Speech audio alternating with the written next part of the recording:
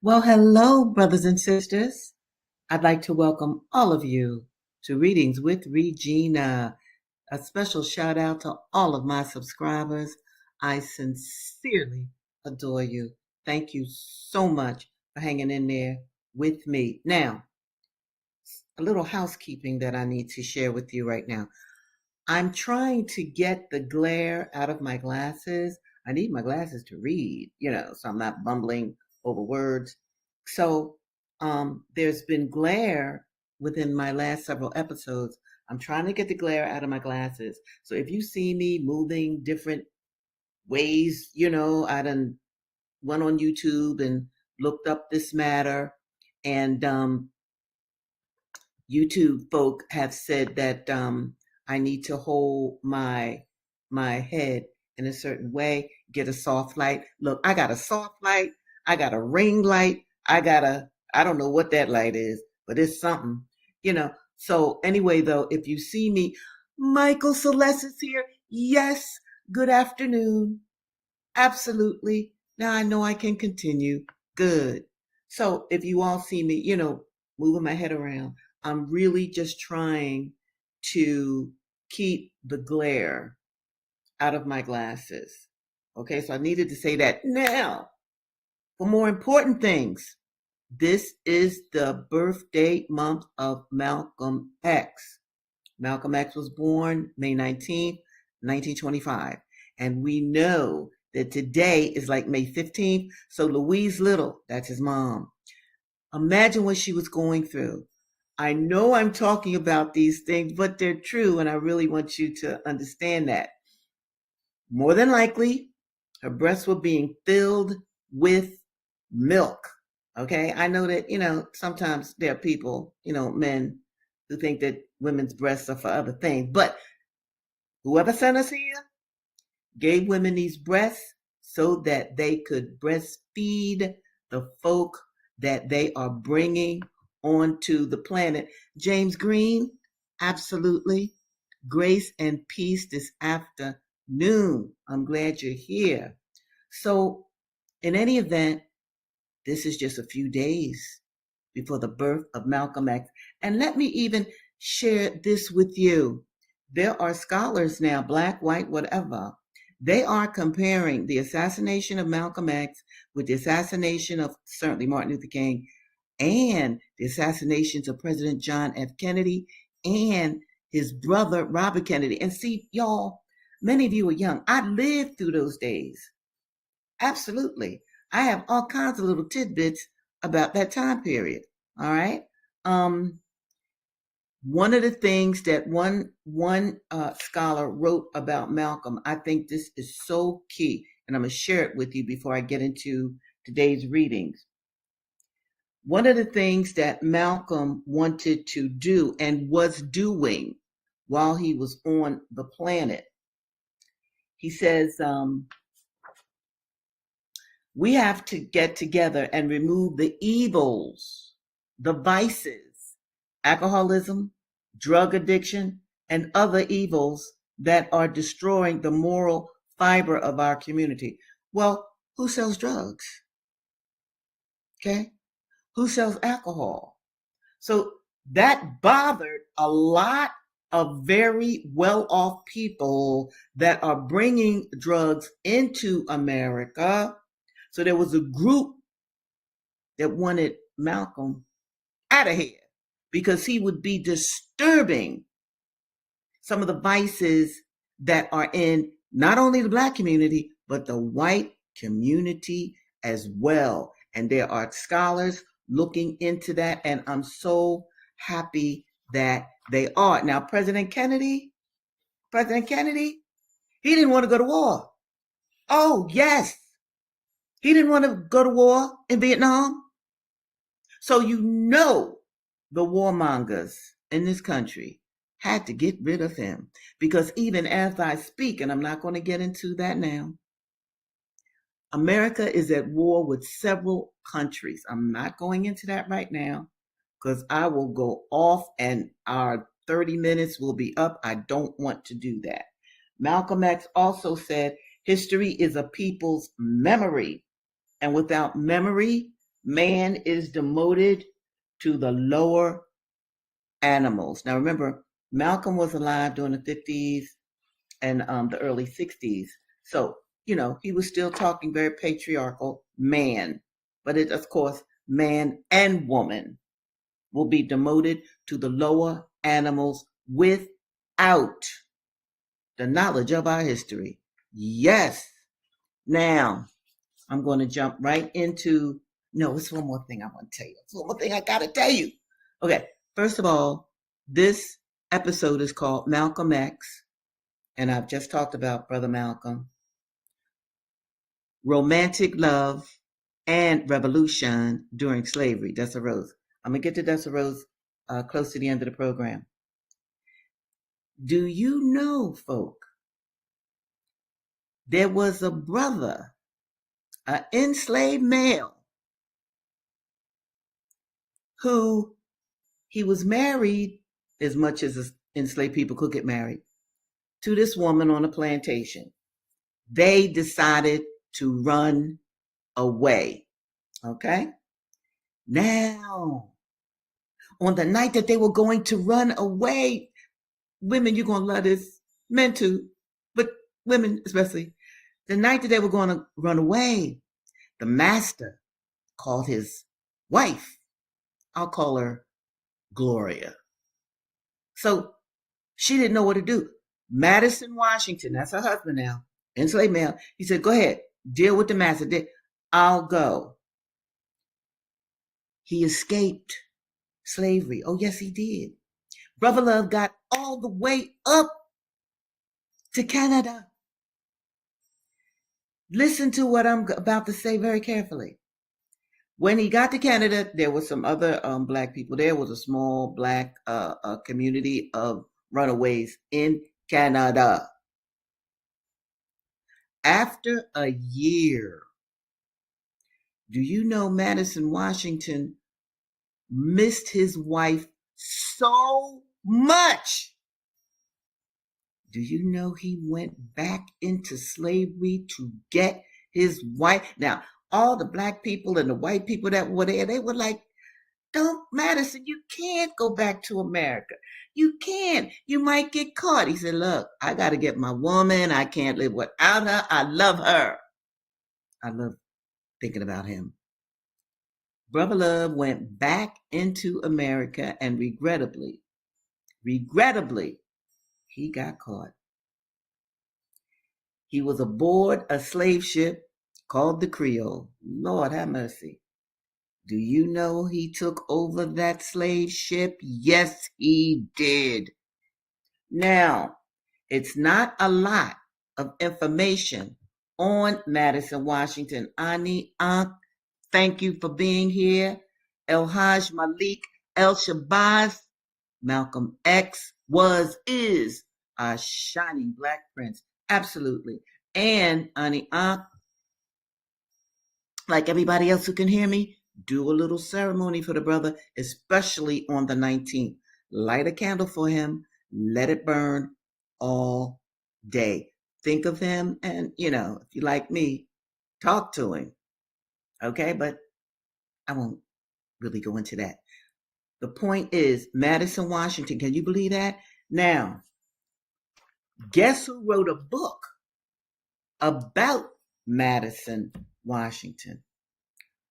Our Fred Douglass. Yes, he did. Fred Douglass, the one I'm reading to you now, and I'm about to read to you next, wrote a book called The Heroic Slave. And guess what else, people? It's online, it's in PDF form, and I believe it's free. I won't go into a lot of that because I want to get to the reading for today. But before I do that, let me show you this too.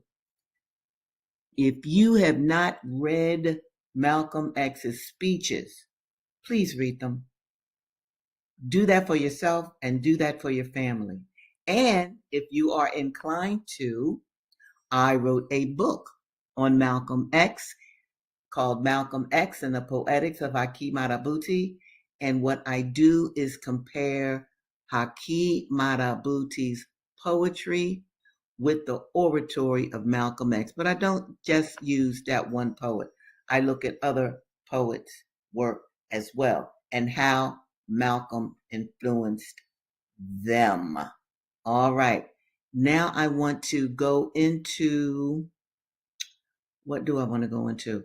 First, I got to get the right banner. Here, this is what I want you to be thinking about as I read. So, Fred Douglass, I'm going to read where I left off on Tuesday.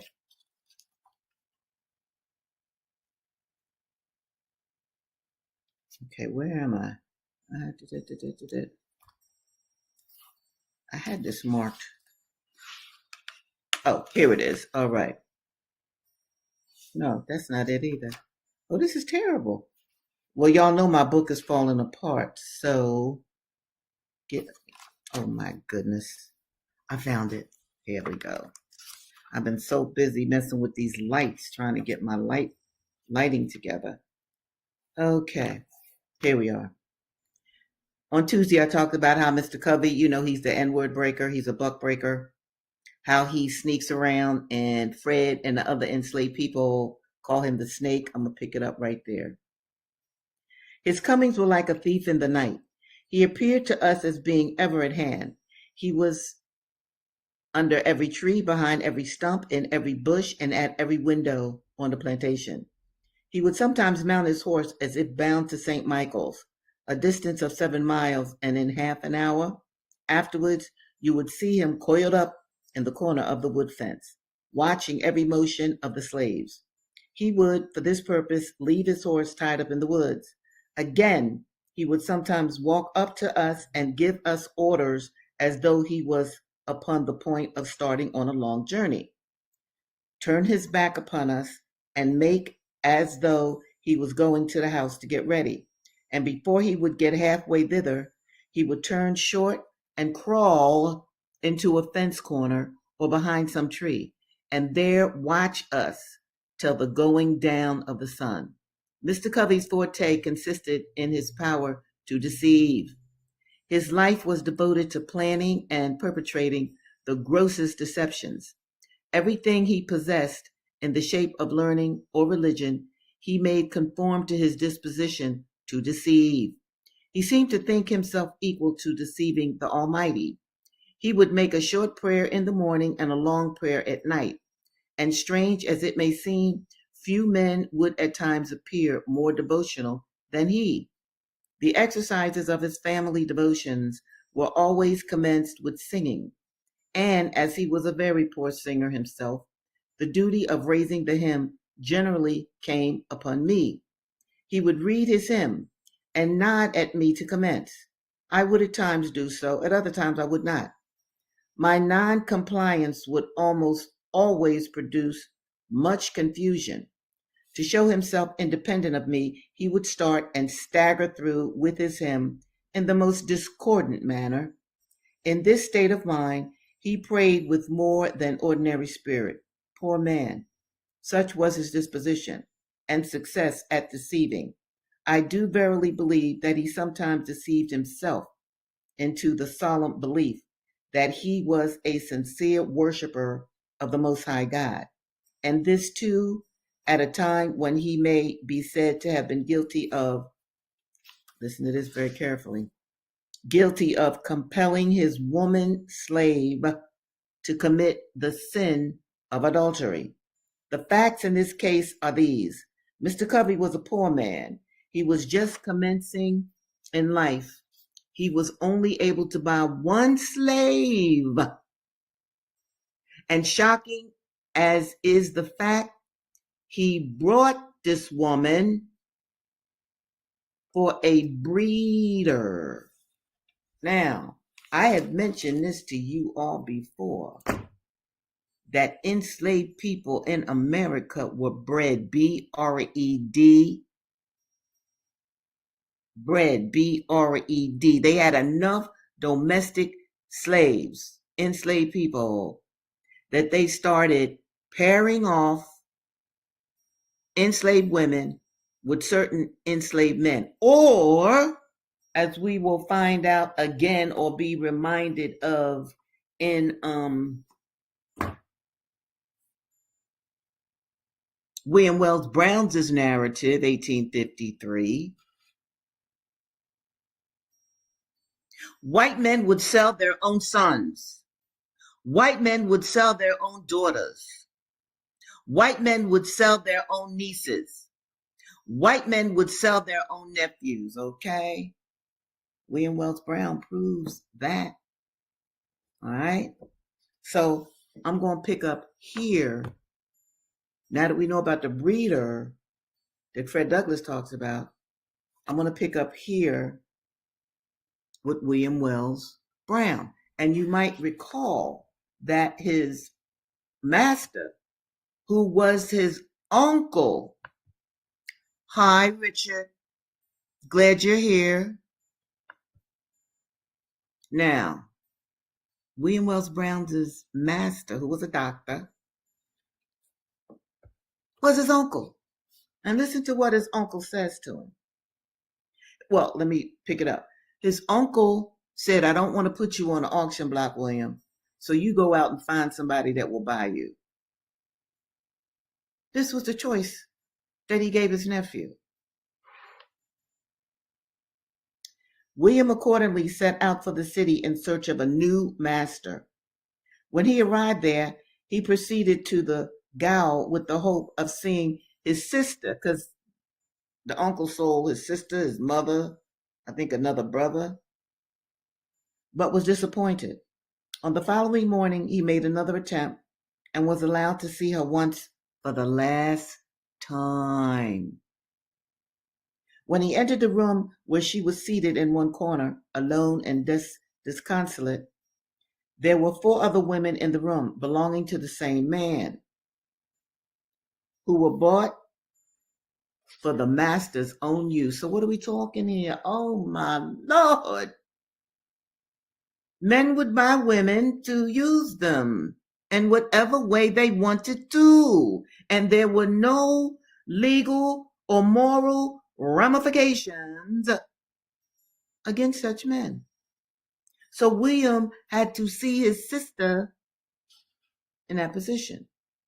William's sister was seated with her face towards the door when he entered, but her gaze was transfixed on nothingness, and she did not look up when he walked up to her. But as soon as she observed him, she sprang up, threw her arms around his neck, leaned her head upon his breast, and without uttering a word, in silent, indescribable sorrow, she burst into tears. She remained so for some minutes, but when she recovered herself sufficiently to speak, she urged him to take his mother immediately and try to get her to the land of freedom. She said there was no hope for herself. She must live and die a slave. After giving her some advice and taking a ring from his finger, he bade her farewell forever. Reader, did ever a fair sister of thine go down to the grave prematurely? If so, perchance, thou hast drank deeply from the cup of sorrow.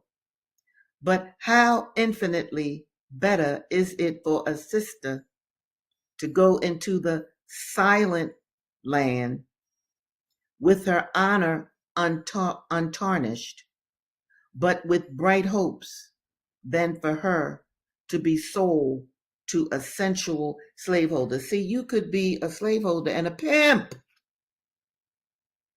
You could buy young girls and you can sell them off or lease them out to men. Now, this is in the 1840s, probably 1830s, 1820s, for as long as enslavers could purchase people. They could do to those people whatever they wanted. And young girls were a treasure. You might remember that in Blake, a little 10-year-old Negro girl was auctioned off. Okay, I'm going to a new book today. and I'm really excited about it. Um, let me see. Here it is, Dessa Rose. Now, this is the book that helped me to title this episode as Romantic Love and Revolution During Slavery. Dessa Rose. This is a wonderful book. I do predict that many women will love this book, men too. But this book is written, it's not written during the period of enslavement. It's written in the modern age by a good woman named Shirley Ann Williams.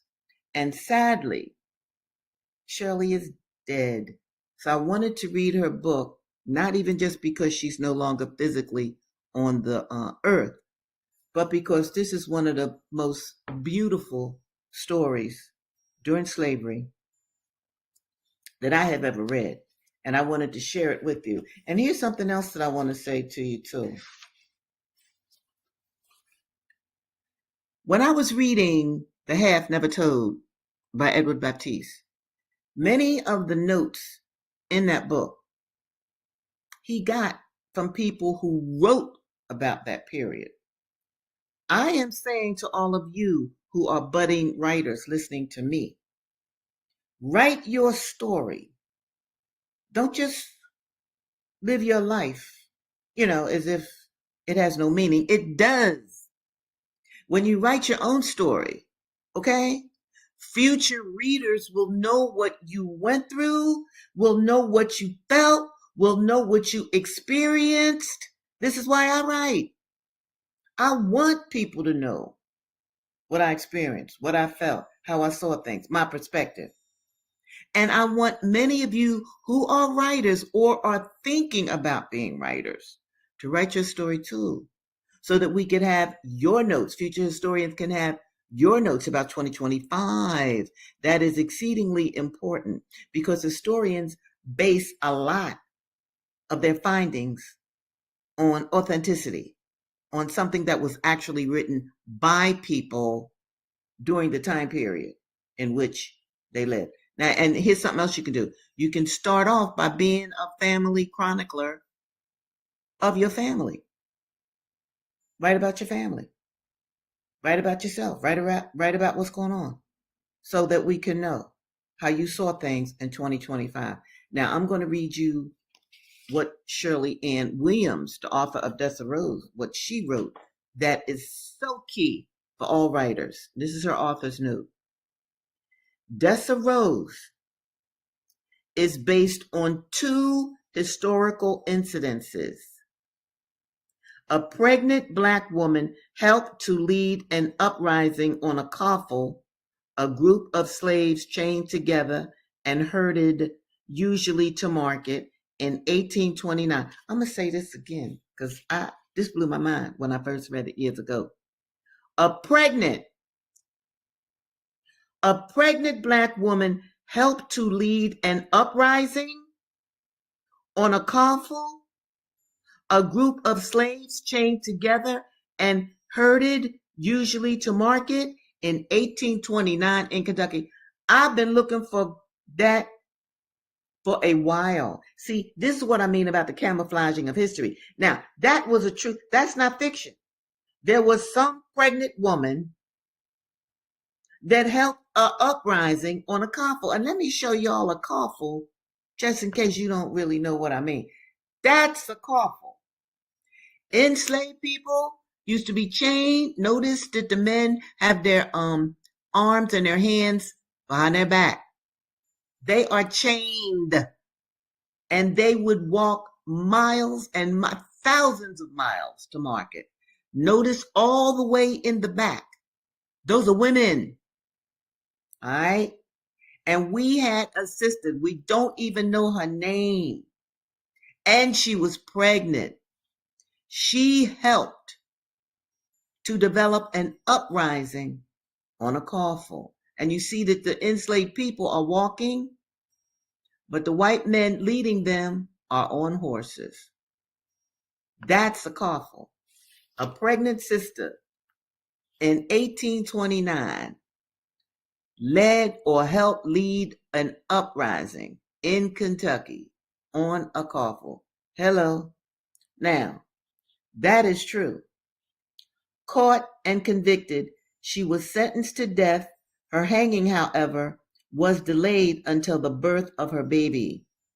In North Carolina, in 1830, a white woman living on an isolated farm was reported to have given sanctuary to runaway slaves. I read of the first incident in Angela Davis's seminal essay.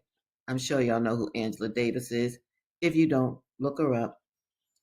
Quote, Reflections on the Black woman's role in the community of slaves, end of quote. This was published in the Black Scholar, December 1971. Now let me just stop right here. 1971. There was a periodical called the Black Scholar. Angela Davis and other scholars wrote in it. 71. Now, why would there be a Black Scholar magazine or journal in 1971 and it's not one in 2025? You dig? I have often told you that in the 1960s, Black people were fighting back like you would not believe. We weren't going around, well, can we please have this? Can we? No. No. Demands were made, and many powerful people had to give in because it was like, hey, we took Harriet Tubman's position, freedom or death. What can I tell you? So there was this Black Scholar journal in the 70s, and in 2025, it's not there now. What does that tell you about Black leaders? What does that tell you? Okay, I don't want to preach. I really want to get through Shirley Ann's author's note. In tracking Davis to her source in Herbert Aptheker's American Negro Slave Revolt, I discovered the second incident. How sad. I thought then that these two women never met. Remember, now we got a white woman who is having runaways on her plantation. All right. We got another woman, Black, who led an uprising. So the writer, Shirley Ann Williams, she took these two true historical incidences and created this marvelous book, Dessa Rose. And that is a book I am going to be reading next week. Okay? I'm going to read a little bit of it today, but next week for sure. I admit also to being outraged by a certain critically acclaimed novel of the early 70s that travestied the as told to memoir of slave revolt leader Nat Turner. Afro-Americans, having survived by word of mouth and made of that process a high art, remain at the mercy of literature and writing. Often these have betrayed us. That's right, because the enslavers have written our history. We have got to write our own history ourselves. Okay. I loved history as a child until some clear-eyed young Negro pointed out quite rightly that there was no place in the American past I could go and be free. I now know that slavery eliminated neither heroism nor love. It provided occasions for their expressions. The Davis article marked a turning point in my efforts to apprehend that other history. So she took two historical incidences, right? Let me bring up James again. Okay, damn, the generation of prostitute, our women, man, reminds me of, whoa, what can I tell you? I'm not going to comment on the contemporary example that you get, but that's what I want you to do. just what James did. I'm giving you that foundation that Malcolm X talked about. We've got to learn our history because when you learn your history, right, you could see patterns. You could see how people fall into certain niches that are terrible or beautiful, like what I'm about to read to you very quickly. Now, this begins Dessa Rose, Shirley Ann Williams's beautiful novel that you all are going to love. Someone, hey, hey, coming down the quarters, looking for my sweet mama. Cain, his voice high and clear as running water over a settled stream bed, swooping to her, through her. He walked the lane between the indifferently rowed cabins like he owned them, striding from shade into half light as if he could halt the setting sun. Say hey now. Even without the banjo banging against his back, she would have known him. Dessa, my Dessa darling, arms outstretched, fingers soundlessly snapping, their rhythm the same one that powered her heart. Mouth stretched wide in a grin, shadow running to meet him. Don't you hear me calling you? Don't you hear me calling you? Hey, hey, sweet mama, your Cain's holla. She threw down her hoe, running, running, running. Cain, calling, calling, calling, calling his woman's name.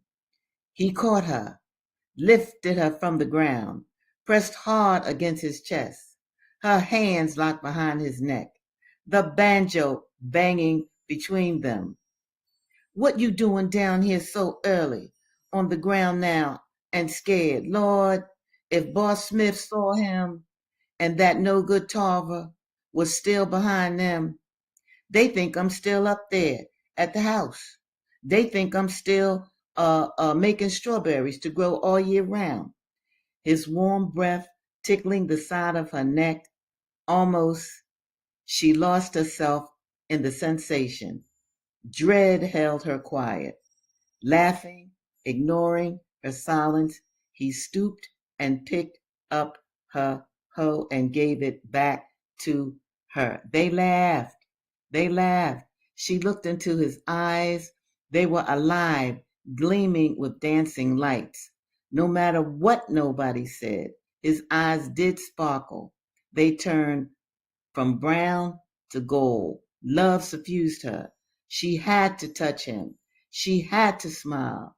She had to let him hold her. All right, brothers and sisters, I'm going to stop there. But I'm going to be reading more of this glorious book, especially because this book is based on two historical truths. Okay, Donna has something. What is Donna saying here? Let me bring her up. Hi, Donna. I've missed you. Yeah, okay. I will display the book again. You're gonna love this. I'm telling you. It's Dessa Rose. Let me see how to do this. Let me go back here. Here it is. Here it is. Now, once again, this is written by a modern writer. Oh, and I so miss her. Shirley Ann Williams. But what Shirley did, oh my stars, which I adore, she took two true historical incidences and put them into fiction. She created a whole story around them. And where did she get the story from? Angela Davis, young Angela Davis in the 1970s. See? So I'm going to sign off now. And I'm going to say to all of you that you are a gift from the universe. I'm going to say to all of you, because I believe it, you were sent here for a reason. Do not let the craziness within America make you think that you are not special, because you are. Everyone who hears me right now, yes, you're special. Absolutely, you're special. And I want you to know that, because a lot of people within our country don't know that. And they are overwhelmed by what's going on, or they try to hide from what's going on, or they just don't even know what to do with their lives. So I want you to know that your life is a gift on this earth, and you are to do your thing, shine your light, so that we can all know that you are here. I am Regina Jennings, and it's always been a pleasure to read to you, and I look forward to seeing you next week. And remember, Malcolm's birthday is May 19th, so if you haven't lit any candles for him so far, any little tea candles, light a candle for him all day on the 19th.